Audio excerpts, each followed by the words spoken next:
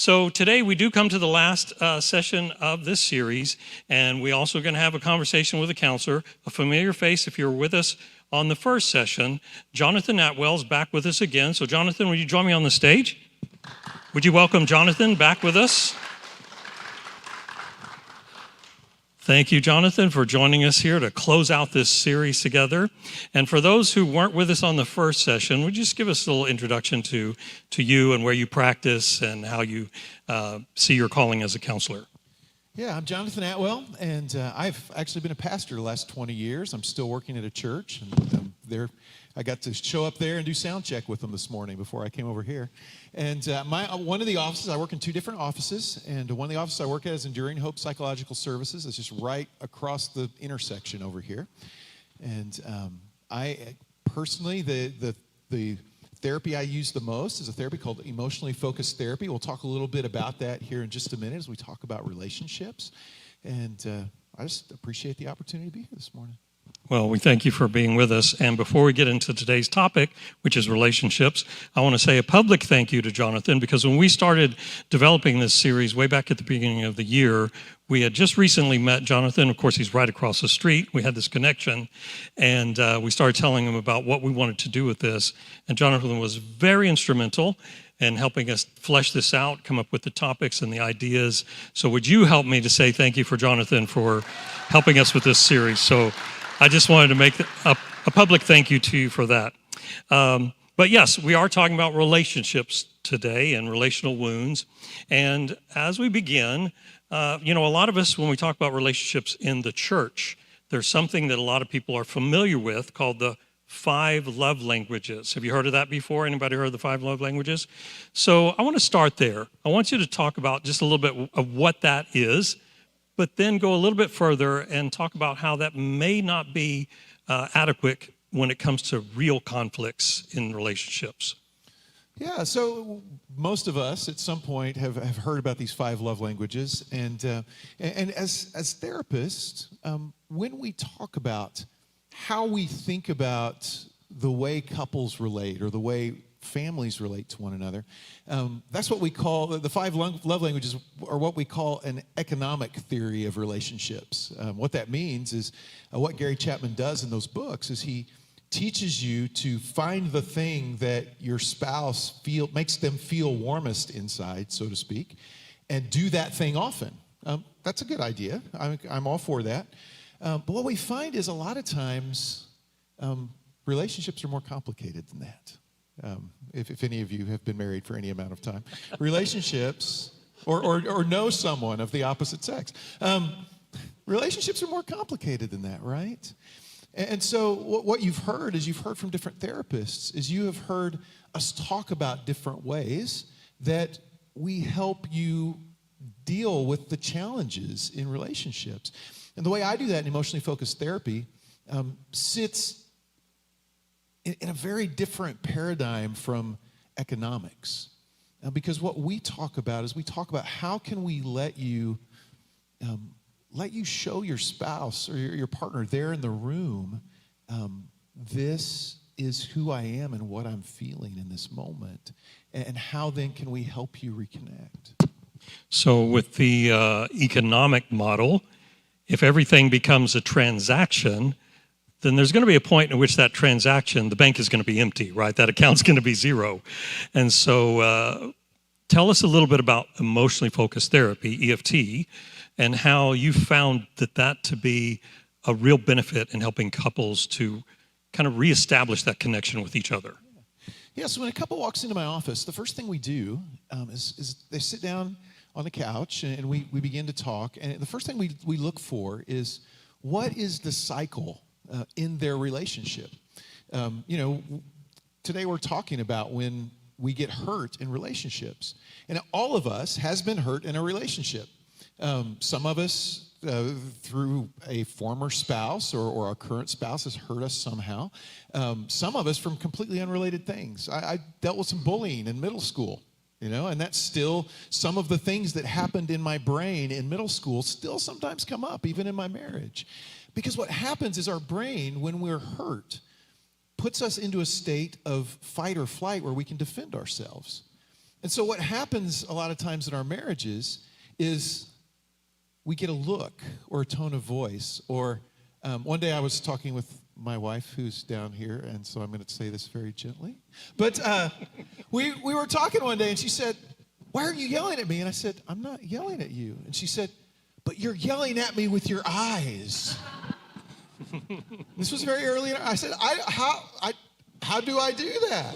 Well, when you open your eyes really wide and you see the whites all around your irises, people interpret that as an attack because you're in the state of fight or flight. And then what happens is they respond in fight or flight as well. And so what this cycle looks like is when I do this, my spouse responds this way, and then I respond this way a little bit more escalated, and they respond a little more escalated, and then as we say in our office, and then around and around we go. And sometimes that ends up with us at opposite ends of the house with doors slammed. That's just the way it happens sometimes. And so what we do is, when I sit down with a couple, is I help them identify, so we can verbalize, this is the cycle that we have. I do this, then she does this, then I do this, then she does this, and then around and around we go. And then what we do, and how we identify that from the very beginning is we just sit and I'll ask one spouse. So we'll pick on something, a disagreement or a hurt they've had from recent history. And I'll say, so tell me what it felt like when this happened. And we'll begin to just really dive into what did it feel in their bodies when this thing happened. We have the fight or flights triggered in our bodies. It's not something we feel up here. We feel it in here. It really comes from our brain, but it comes from a place that triggers our bodies, like the whole running from a bear thing we talked about a few weeks ago. And so we'll talk about what do you feel and what meaning did you put to that? And then how did that meaning cause you to act defensively? And we'll let them explain to me. We always keep that part of the conversation to me because sometimes they get escalated and they start kind of getting loud or maybe even a little accusatory. And I'll say, no, look at me. Talk to me in this. And what we do then is any hard stuff comes at me, not at their partner.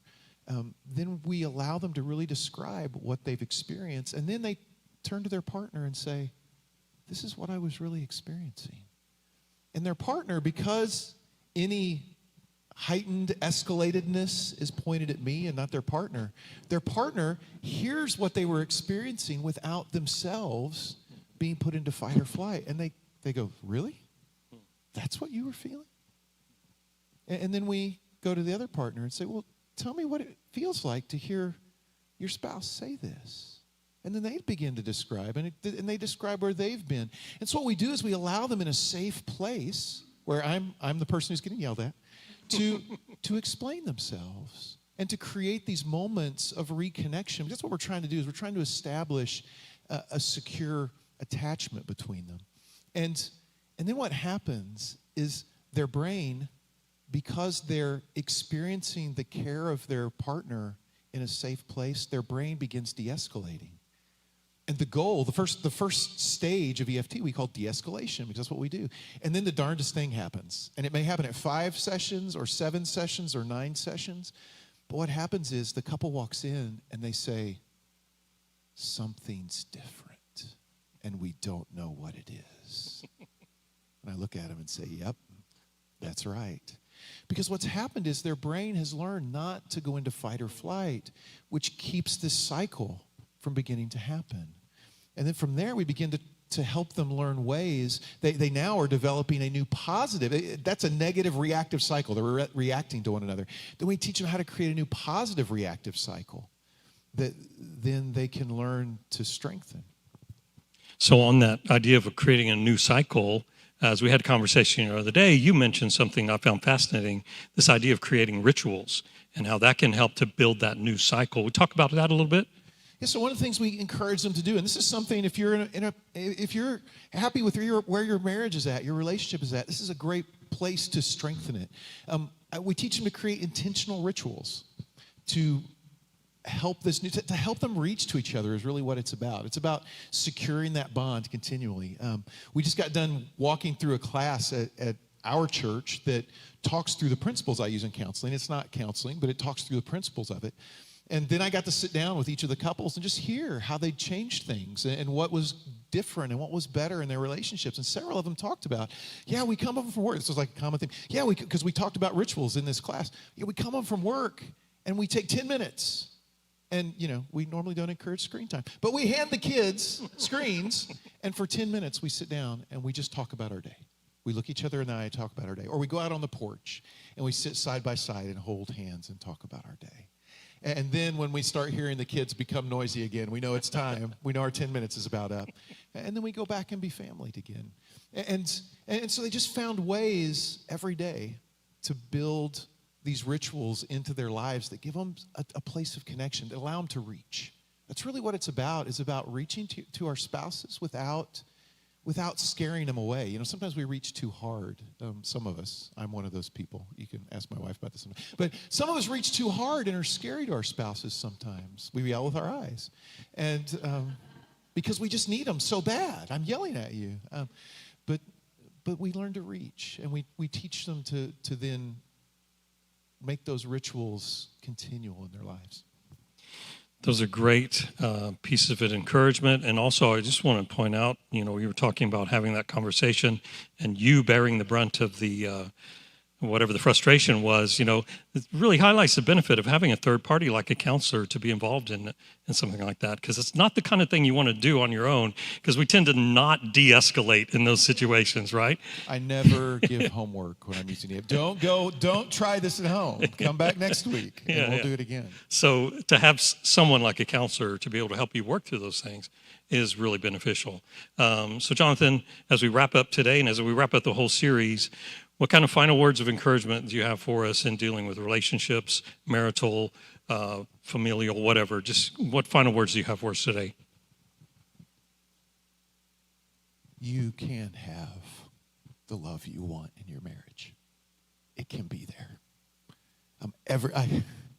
I get to watch couples walk into my clinic, and they walk in and they sit down on the couch as far away from each other as they can. And the husband's rolling his eyes as the wife talks. And then 40 minutes later, they're sitting close to each other and they're holding each other. And then after about 5 or 6 weeks, they have that moment I just told you about. Something changed. And they walk in and they sit together in the middle of the couch. You can have that. You can have that. And you can have that with your kids. If you're struggling in your relationship with your kids, a very similar process can help you connect with your kids. God has given us each other, and he wants you to be in love with your spouse. He wants you to love the time you have with your kids. And if you're not in that place, man, let somebody help you. Let somebody help you. There's lots of different ways. When you come to somebody and sit down with them, you might go, I don't think this is going to work. That's okay. Find somebody else who can help. Come find somebody who can help you have that kind of love for your spouse and share that with them.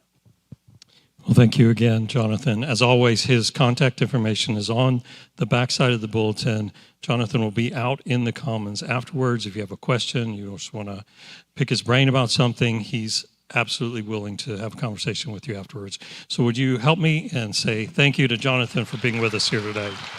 Thank you.